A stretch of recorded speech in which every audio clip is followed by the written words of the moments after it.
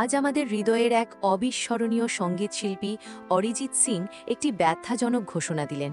বহু বছর ধরে তার গান আমাদের জীবনের সাথে জড়িত ছিল। আজ তিনি ঘোষণা করেছেন যে তিনি প্লেব্যাক সিঙ্গার হিসেবে অবসর নিচ্ছেন। ভক্তরা হতবাক। এই ঘোষণার সঙ্গে কোনো পূর্বাভাসও ছিল না।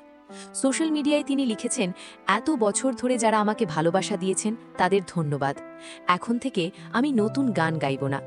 তার কণ্ঠ আমাদের অনুভূতির সাথে গভীরভাবে জড়িত। এই গানগুলো কেবল সঙ্গীত নয়, আমাদের জীবনের গল্প বলেছে।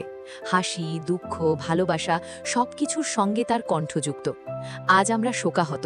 মনে হচ্ছে আমাদের একটি অংশ হারিয়ে গেছে। ভক্ত হিসেবে আমাদের হৃদয় ব্যথিত। কিন্তু অরিজিৎ বলেছেন তিনি পুরোপুরি গান থেকে সরে যাচ্ছেন না।